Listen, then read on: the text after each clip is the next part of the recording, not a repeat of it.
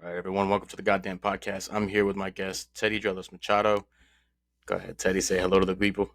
Hi, I'm Teddy. Just a quick reminder that this episode is sponsored by Sanibel. Sanibel makes the best gear with the best prices. So if you're looking, please use code the goddamn podcast at checkout for 10% off your total. All right, Teddy, so let's get started. So you compete in Muay Thai, you train BJJ, you train Taekwondo, excuse me. And then I went on your Instagram and I'm like, man, her bio doesn't really say, how she identifies herself. And I know it's a bit of a Western way of thinking, but how do you identify yourself as a martial artist?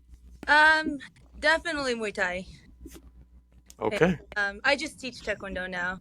And then I got my black belt when I was like 9, and then I started teaching when I was like 13, and then I competed for like maybe 2 years, and I don't know. I think Taekwondo was always just something I was born into, so I think it's just something I've just done.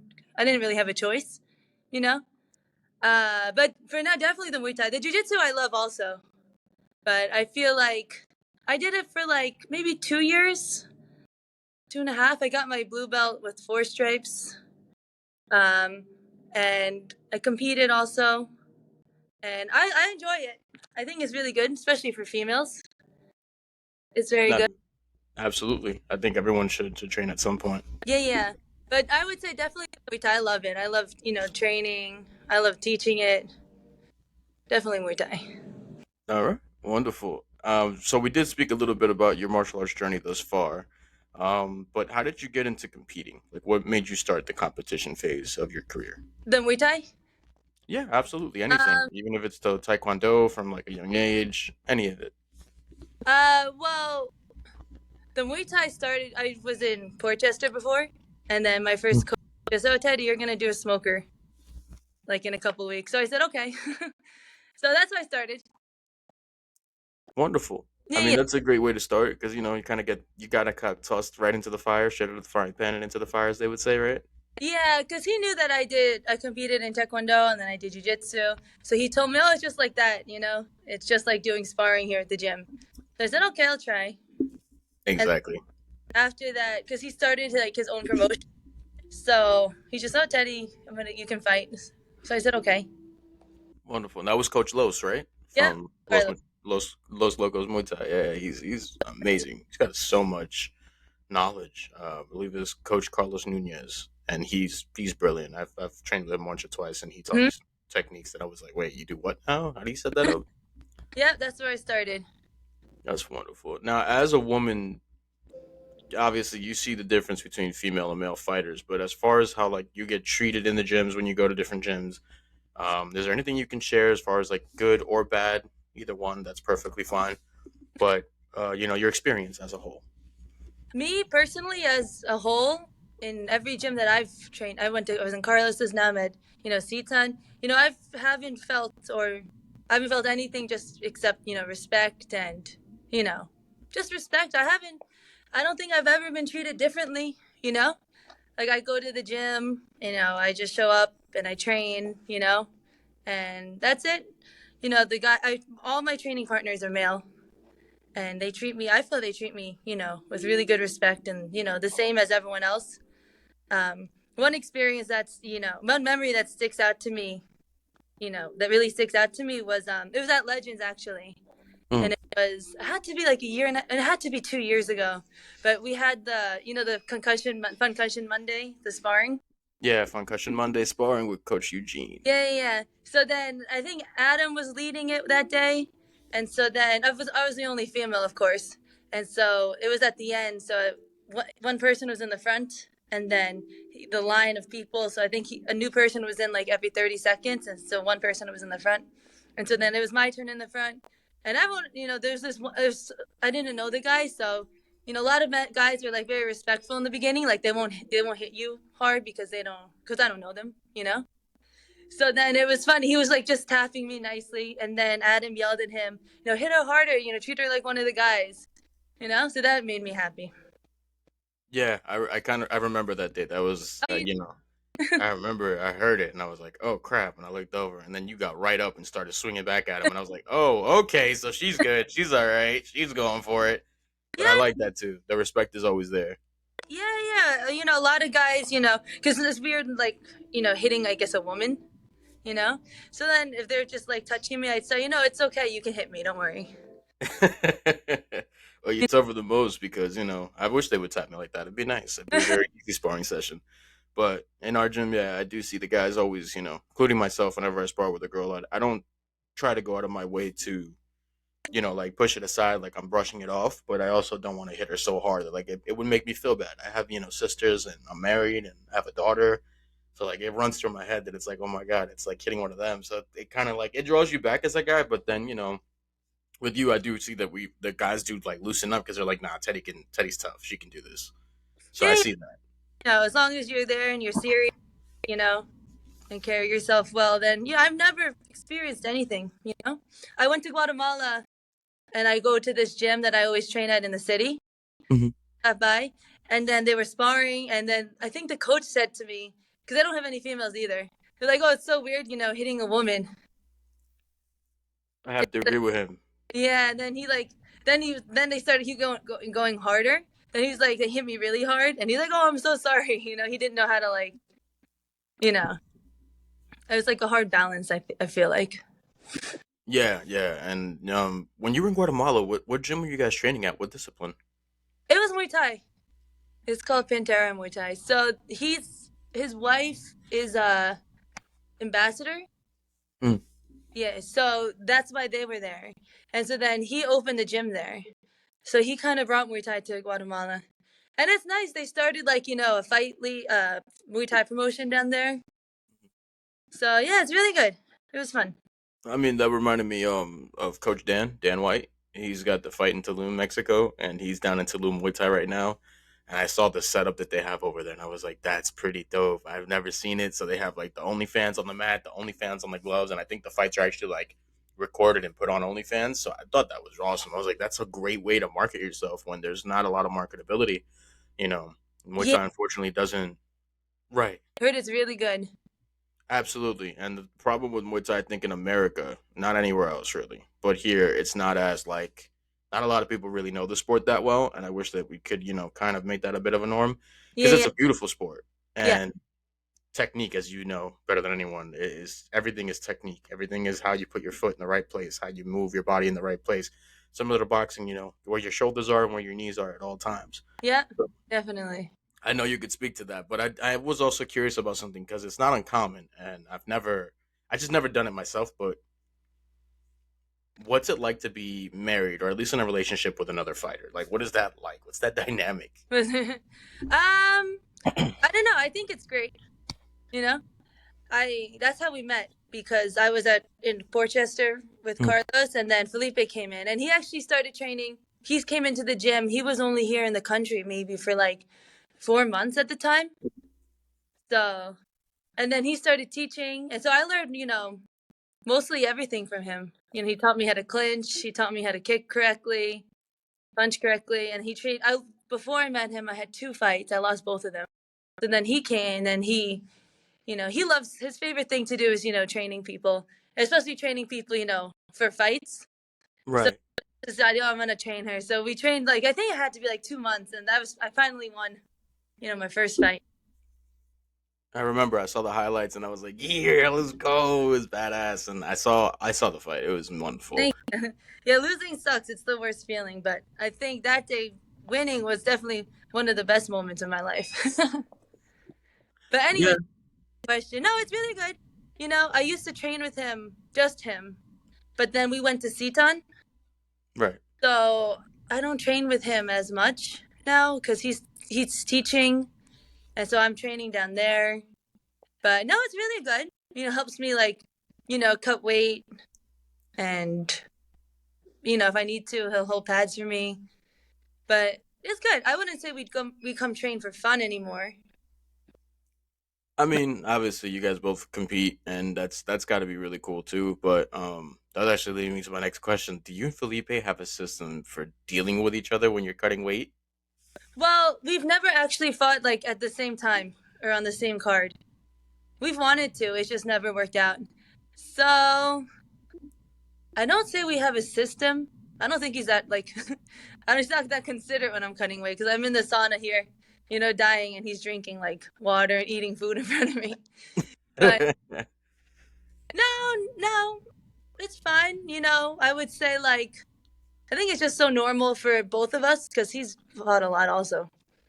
So it's fine. I mean, like we like to have fun. Like we like to go out to restaurants and eat, but it's not like I guess now it's not something we'd really do. You know? I get where you're coming from too. I just was wondering, like, I don't know what you guys are like when you cut weight, but I'm a miserable prick. So my wife has like already been. I've told my wife, I was like, you haven't seen it because I haven't cut weight in like 2 years now. I was like, this is kind of what it's gonna be like. For one day, I'm going to be pretty okay. About 3 days in, I'm gonna hate everything that's ever lived. About 5 days in, I'm gonna be such an intolerable prick that I'm just gonna stay quiet. I'm gonna mute myself just to keep myself from saying something stupid while I'm in that mode. So I wanted to know if it was similar for you and Felipe. I think so, but I think like we just I think because we're used to it. I just know. Like the cutting weight. If he like snaps at me or is like whatever, then I'll be like, it's probably because. Right, because you've been there. You've been there. You remember. Cutting weight is, and most people have never done it, so they don't know. It was like I think the statistic is that like 97% of the people that walk the earth have never cut weight in their life. So it's like only 3% of the world's population has ever really cut weight. And mind you, we have a lot of sports that weight cutting is pretty normal.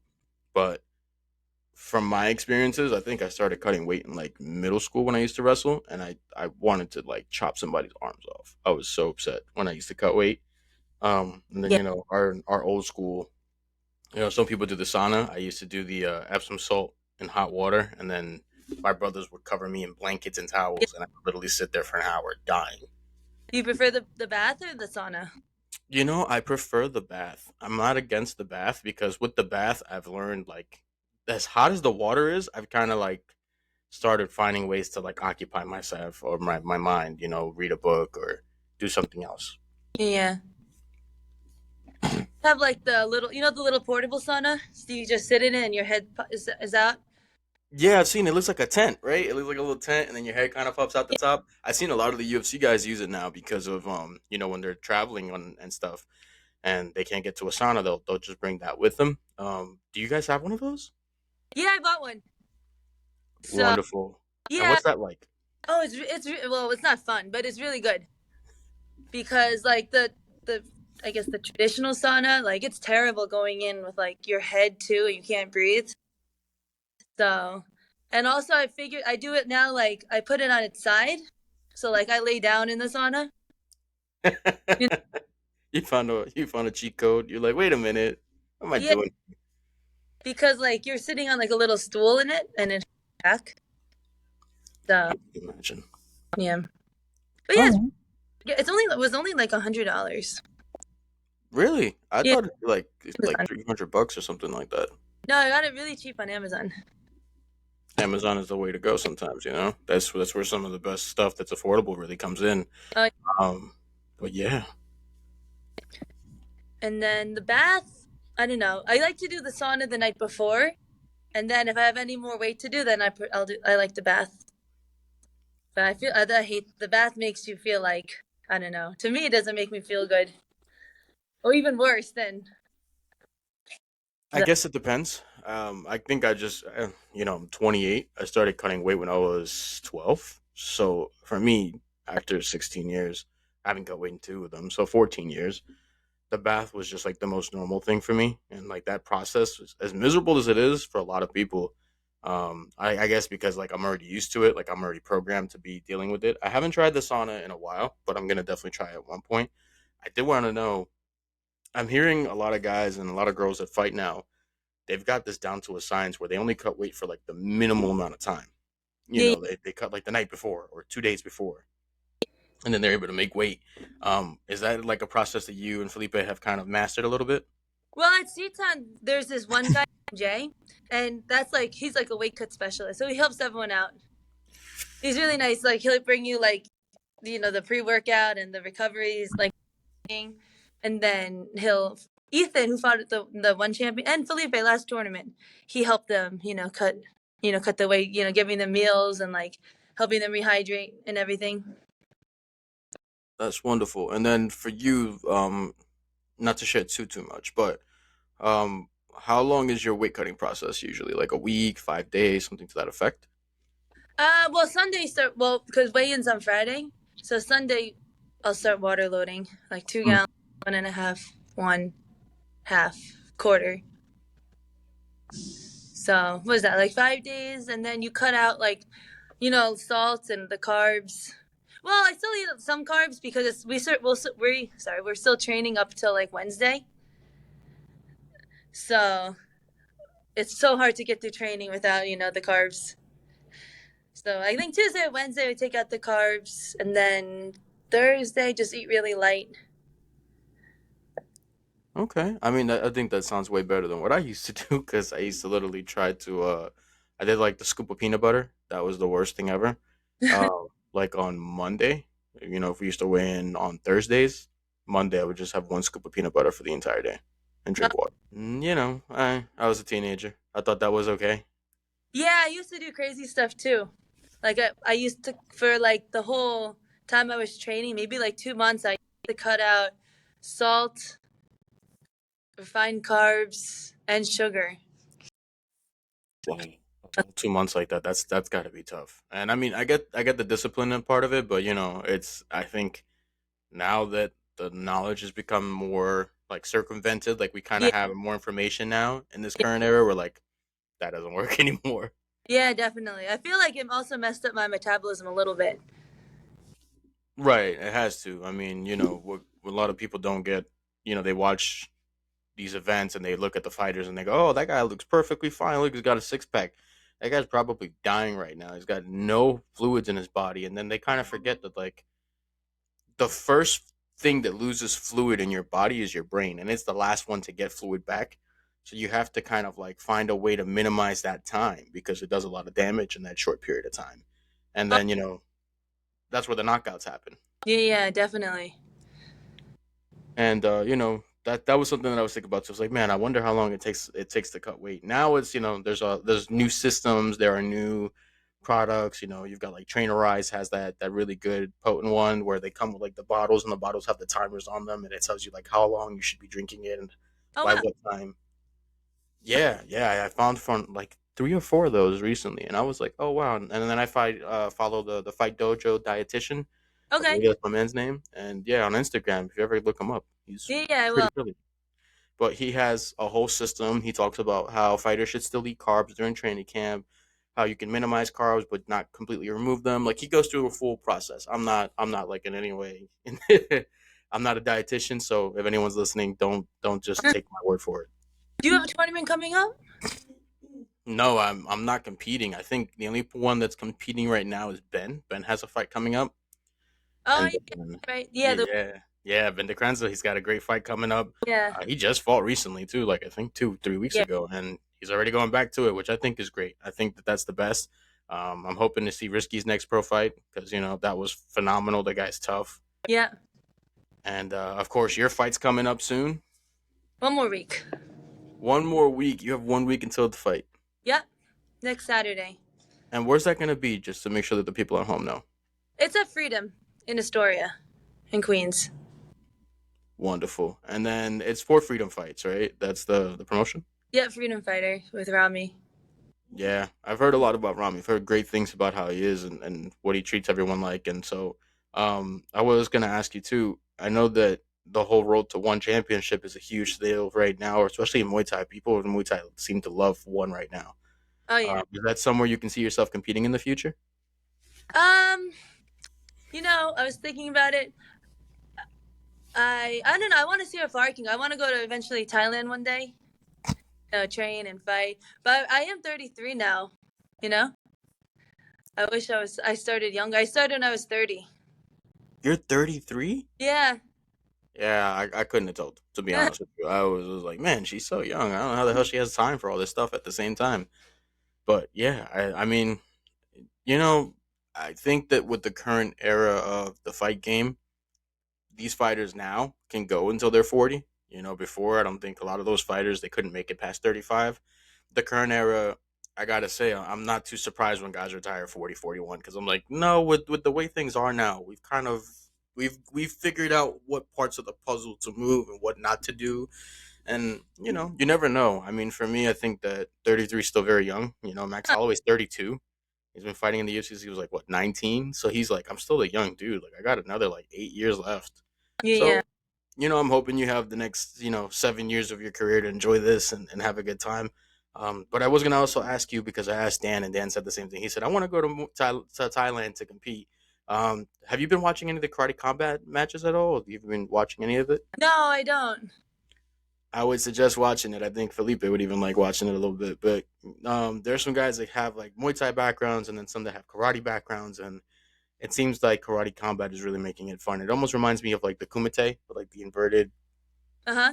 Oh man, it's very cool to watch. I think there's this one guy who used to train with Carlos that he was like he fought that thing, and he Wait, was. he fought recently, or did he fight like a while back? I don't know. When I was there, he was telling me, but he was like currently fighting. I don't even remember his name, but he was also Brazilian. That's solid. The Brazilians are definitely coming into like every combat sport. They have been for so long. I mean, they started with like BJJ, and then now it's like a lot of Muay Thai athletes. You watch them on like One or anywhere, and they're from Brazil. So it's an up and coming, thing where Brazil is just becoming known for fight sports. I mean, they have football and stuff, but it looks like, especially after like the Anderson Silva era, they just, these guys came from like pride and just started destroying everyone. And then Anderson came in, and that's when we really started seeing like the Brazilians just start to take over combat Oh yeah, sports. yeah, yeah. Definitely. I don't know if you remember that era. Like, were you guys watching MMA at that time? Like you and Felipe, or even just you and your family? I remember the first time I watched UFC was like it had to be. It was a long time ago, probably 2010. Yeah. And speaking of watching fights, was there any particular fight that you watched that made you want to compete in Muay Thai?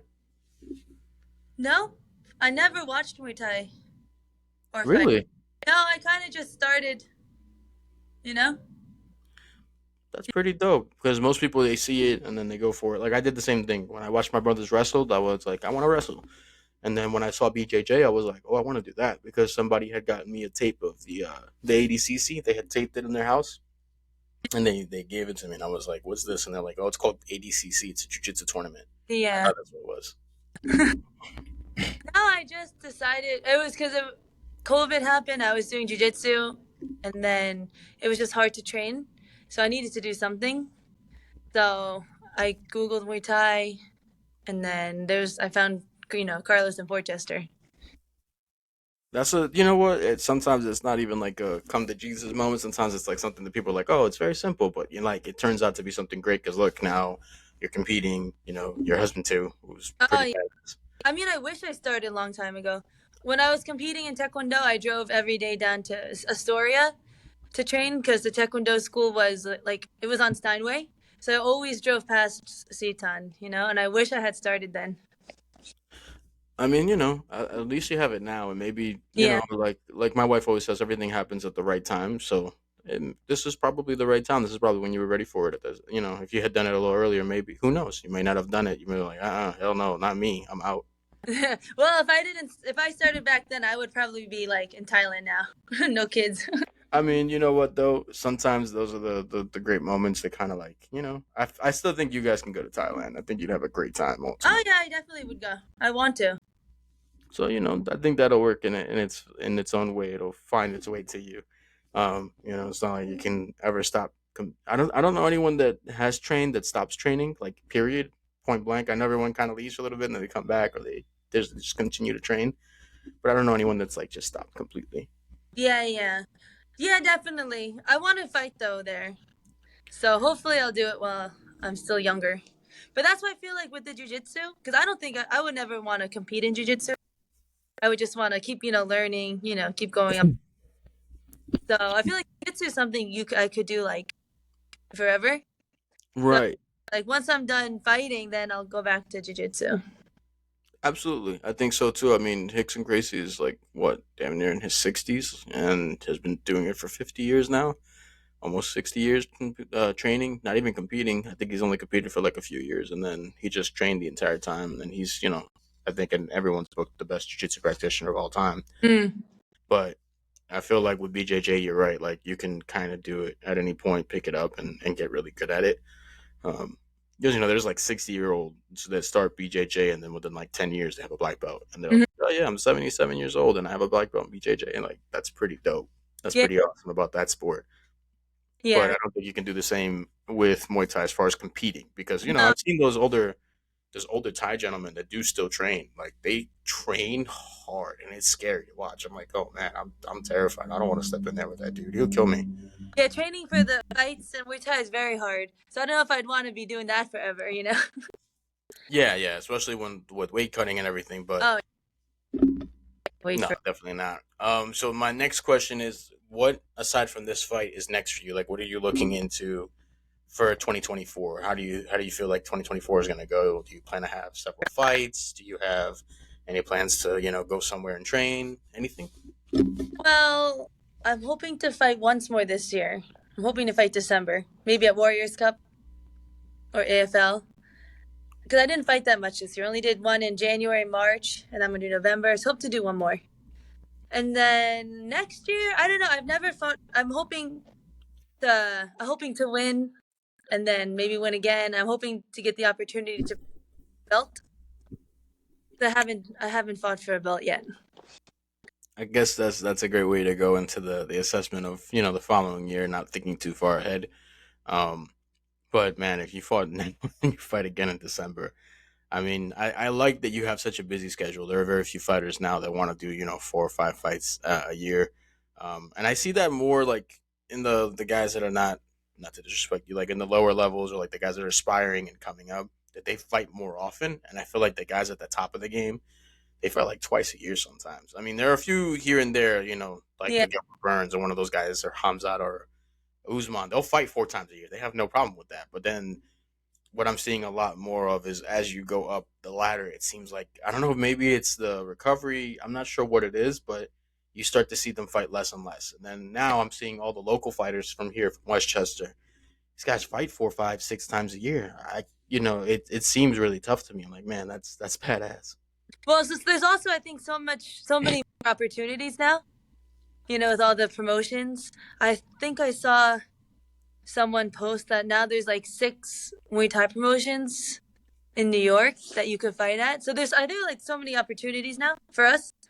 But for example, like Felipe, he doesn't have as many opportunities, because of his level, and then it has to be professional. So Right.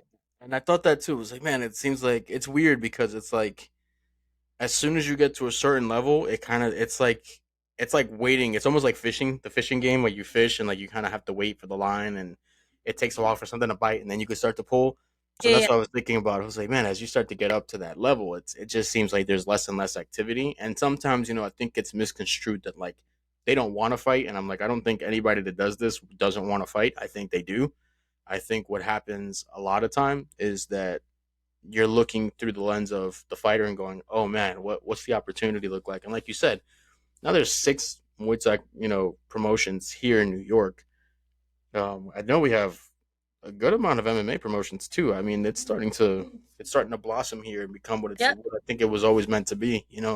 Had New York legalized this years ago. yeah, yeah. That's great. There's so many more opportunities now. All right. Well, before we go to the lightning round, is there anything you want to tell anybody watching today, where they can follow you, where they can kind of, keep up with your career, anything at all? Just my Instagram, Teddy Drelles. Wonderful. So y'all got that. Go on IG, look up Teddy Drelles, Drelles, and then we're gonna continue from here. Teddy's gonna go into the lightning round. This is gonna be hot fire. We're just gonna go right through it. You're gonna have to pick one or the other. We're not gonna give it too much category, so you're gonna have to think about this one. And then it's gonna be on a timer. We're gonna time you. Okay. So I did the first one with Dan White. So Seafood Dan White went ahead and did it, and I think he took like 3 minutes and change. I have it written down. It's there. So we're gonna see if you can beat the time of 3 minutes. Let's try to get this here. Let me get the timer up, and Okay. then I'm gonna start asking you questions, and you're just gonna have to answer as fast as you can. Okay. Ready? Ready. Okay. Muay Thai or Taekwondo? Muay Thai. No gi or gi? Ski. Bulgogi or churrasco? Churrasco. Wow, I didn't expect that one. Vacation in Vegas or vacation in Cancun? Cancun. Wonderful. KO by head kick or KO by body kick? Body. Wow. Okay. So, would you rather lose by KO or lose by split decision? Split. Okay, I respect that one. Mount Kisco Diner or Stonefire? Mount Kisco Diner. Wow. 32 seconds. You're the leader now. Yes. 32.64 seconds. Teddy Drelles is now the leader. And with that, Teddy, we're going to come to the end of our show. Thank you so much for your time. Thank you for everyone that's watching. Again, thank you so much for your curiosity. And again, thank you for being vulnerable, Teddy. Like, thank you so much for giving me your time. I know you're in between like classes and running around, and I really appreciate the sit down. No, thank you so much. I All appreciate right, Teddy. I'm going to let this one go. And everybody at home, take care. Stay safe. it. Bye-bye.